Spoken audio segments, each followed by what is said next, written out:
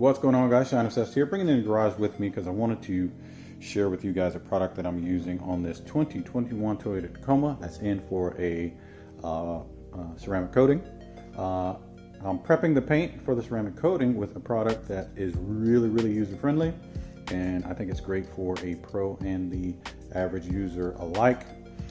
It's a product from Dr. Beasley's. I've been, dying to use their products in years. I just haven't had time to try to work it in, but I picked some up, and one of the ones I'm using for this particular install, since this is a brand new vehicle, it didn't need any heavy correction, some light correction, but I also wanted to get a good foundation for the ceramic coating that I'm going to finish with, and that's going to use my usual combo of the Crystal Serum Light topped with EXO. But what I'm using to correct the paint and lay down a good foundation for the coating later is Dr. Beasley's NSP Z1. Very interesting product with interesting technology. I kind of did a little homework on them to see how the owner, CEO of the company is a chemist, and he came up with this. It's a ceramic all-in-one. Most of the all-in-ones that are on the market now, they're a polished combined with some polymers. So they correct, and as the abrasives break down, the polymers get adhere to the surface, and it leaves some type of protection. And most of those all-in-ones with those polymers, they give you 2 to 3 months of protection. Now this actually lays down a ceramic that Dr. Beasley says is good for 1 year. I don't know how true that is. I don't really care, because usually what I'm going to do is top that anyway. They have their own line of products that you can top it with from Dr. Beasley's, but today for this I'm going to be doing, like I said, CSL with EXO. And the cool thing is Dr. Beasley says you can top it with whatever nano coating of your choice. So it's a great foundation. They don't say stick to our brand, which is really cool. I like that they do that. But because there is, for some products, there is some synergistics with the products, but the fact that they say you don't have to use our coating, use whatever coating you like, just use this as a good foundation layer. So what's cool about this is, what's different is it has good correction. So most of the primer polishes out there are more lighter polishes. Now you compare it like the Q2 primer from Gion or the CarPro Essence, great products.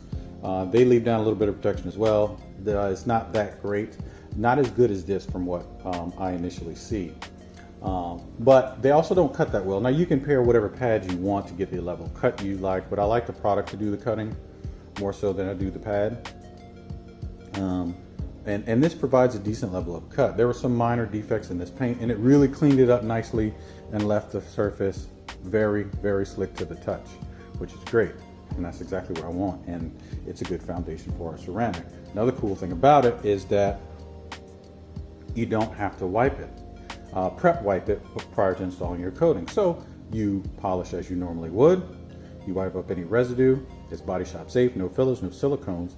So you don't have to do a prep wipe prior to installing your ceramic coating. You just let this sit for about an hour and you're good to go, which is great because it saves time, especially if you're in like a production detailing environment. But I'm at home, I don't have production details, but it's one less step for me and one less time I have to spend away from my family. So this is not my main source of income. So this is like a side gig. So the less time I spend out here wiping on the car, the more time I can spend with my family. So that's good too. Another great thing is it's trim safe. So I didn't have to take this off prior to polishing. My pad, I even let my pad go over the trim, wiped right up, no issues at all. Especially I wasn't using a heavy pad anyway. I went over this vehicle using the NSP Z1 and a Lake Country Force cutting pad on the Rupes 21. And I can show you some results here. I left an area unpolished on this door, and you'll be able to see how well this did. If I get right in here, get the light just right, you can see this area. Let's see if we can get it to focus here. Is corrected. And if we keep going, you see right there. There's an area that's polished. That's not polished. So you can see a little bit of delineation line there where you go from a area that was been polished, just here, to area that's not been polished. So it did a really good job at cleaning up the paint, adding a little bit of depth and clarity.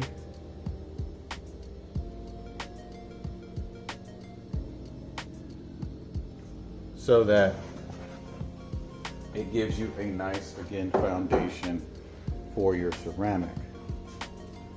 Another quick observation, as you can see, it looks almost like a cosmetic tube, which was different. You know, it's no good, not good, not bad, just different. But what I do like is the flip cap here.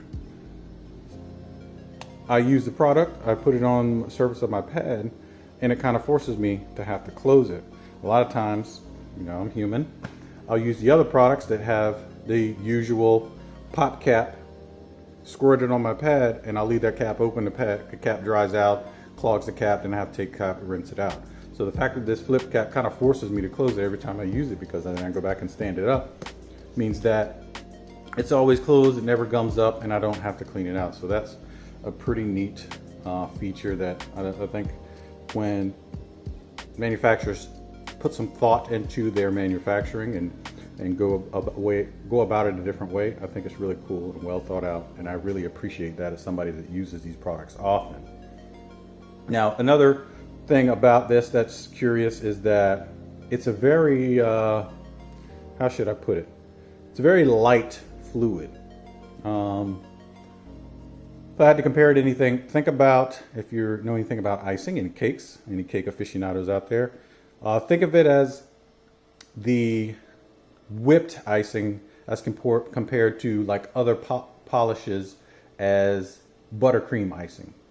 So like this would be like a whipped icing. It's very light and kind of thin, even though the bottle has a little weight to it with a full 8 ounces in here. When you put it on your pad, it's very light, and you need to be careful when you put it on the pad, because if you flip your pad over or your machine over, that dollop you just, a little pea-sized drop you just put on it will probably fall off, because it's not very thick, it's kind of thin. Like I said, it's almost like whipped cream kind of consistency versus other fluids which are a little bit thicker. So that's interesting about it. Just a little thing I noticed while using it is that you gotta kind of be careful. Only flip your pad over, your machine and your pad over right before you're about to put it on the panel, because if you don't, it'll fall right off. So it's a little bit weird consistency, but not a problem at all, but it works really well.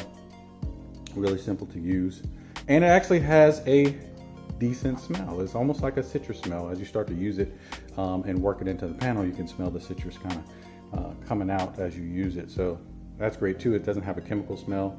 You know, some of the other products you use are very high in the VOC, but this smells really good. So again, NSP Z1, great product.